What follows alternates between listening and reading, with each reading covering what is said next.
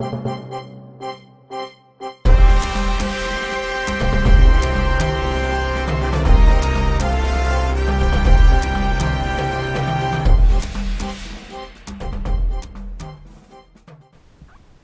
day and welcome. Breaking news this morning. Seemingly violent protests have broken out amongst mine workers over wages and working conditions. We now cross over to the scene to our field reporter Fran, who is live there in Nhlanje, south of Johannesburg. Can you give us an idea of the situation there, Fran? Yes, Joe, I'm literally shitting myself just standing here.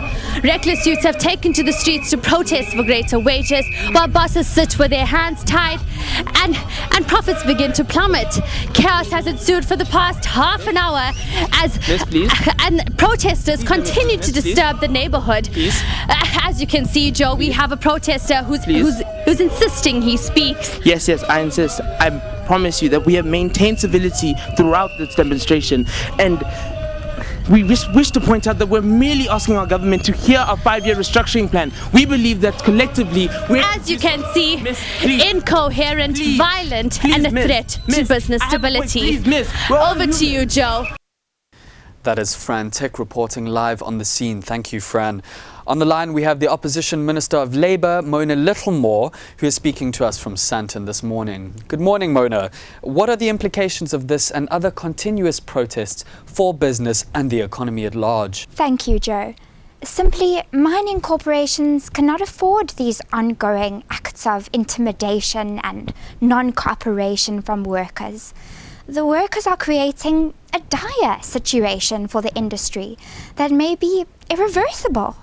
What action is necessary to address this problem? Well, we encourage workers to acknowledge the difficulty for bosses in increasing wages in these tough economic times.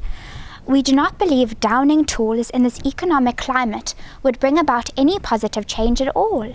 Thank you for joining us. That was the Shadow Minister of Labour, Mona Littlemore from the Democratic Deniance. Also with some insight today is expert psychologist Dr. Ino de Answer. Doctor, how can we explain this ongoing restlessness amongst mine workers in South Africa? Well, Joe, firstly, I'm convinced the apple doesn't fall far from the tree.